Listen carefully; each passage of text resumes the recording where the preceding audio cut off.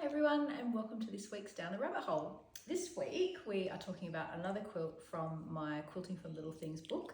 This is called The Night Garden. So when I first published the pattern for this quilt, when the book first came out, a lot of people thought that I had named it for the children's program in the Night Garden. My kids were past that age and I'd actually never heard of it in my life. I had never heard of In the Night Garden in my life. So this is not named for that. This is actually named for, I kind of had this idea that I wanted to make a quilt of a garden at night, essentially. So the moonlight is kind of shining through the leaves. It's coming down this way and it's lighting up all of the flowers that have gone to sleep for the night, essentially closed their buds up or whatever. And then this is like all the dark leafy patches in between. That was my idea when I made the quilt. The quilt is made using what I like to call step down piecing. So essentially, this is not put together in straight lines in any way, shape or form, but there's no Y seams. So the way that it's put together, you start in a corner and you actually grow the quilt out like this. And you use partial seams, not Y seams.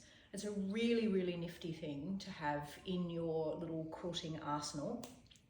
Because it's from Quilting from Little Things, there is a small quilt that goes with this, which is around somewhere in the quilting library down there. But it's essentially just squares that is put together using this technique. So big square and a little square.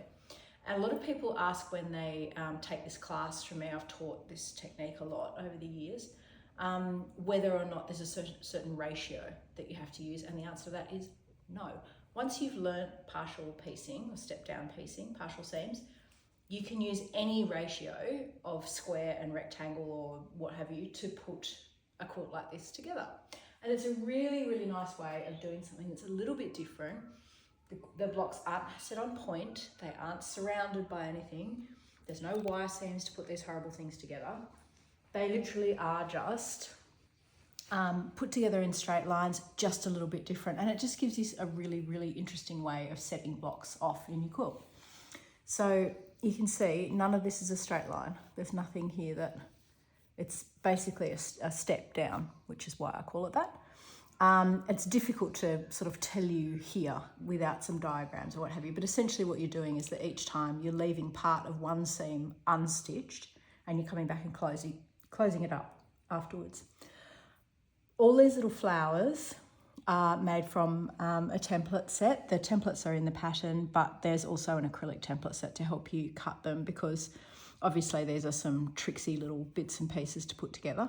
If you do decide to make this quilt, I highly recommend that you follow the way that I've put the block together. So these two side pieces are stitched to the center one, and then they're pressed underneath, and then the bottom parts are stitched on to these two are stitched onto this section, and then those side pieces. If you do it in the right order, the seams seem to sit nice and neatly. If you try to put it together in any other way, it really does make quite a mess. I have used all sorts of fussy cutting, little fun bits and pieces in my flowers. There's frogs and strawberries. There's a little birdie in there. I always try to use as many different fabrics as I possibly can, but I've somehow managed to use two of the same in there, which is very unlike me, but as I was going through looking at this, I saw it.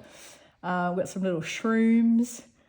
And the other thing I really love that I'm really glad that I did in this quilt was to use different variations of fabric in these two prints. So rather than using just one fabric for all of those setting rectangles rather, I've used two, and it just makes your eye move around the quilt a little bit more. One of them's a lot more vibrant than the others. If I recall, as this was quite some time ago, I did it because I wanted it to look like the light bouncing off the leaves. And I think it's created a lot of movement around the quilt, which has been quite successful. The thing with this quilt is that you can make as many or as few of the flowers as you want to. And if you decide you only want a few, or you want to use the exact same setting that I have, then there are some solid squares in between. And I did that on purpose because I wanted that to be the shadow in the garden. So what I did instead was to quilt the shape, hand quilt the shape of the flowers into those backgrounds. And I've used shot cotton so that they're all just got a little bit of texture. Some of them are oak shots, some of them are K facets. And it just gives it a little bit of texture and interest in the background that it would not otherwise have if it was just a solid fabric. And I used a variegated 12 weight to do the hand quilting. It's all different yellows and purples and pinks, just to give it something a little bit interesting. So this is the night garden. It is, as always, available as a paper pattern or a PDF at my website, sarahfielke.com. There is a template set available if you choose to do that, and I would love to see if you make this quilt.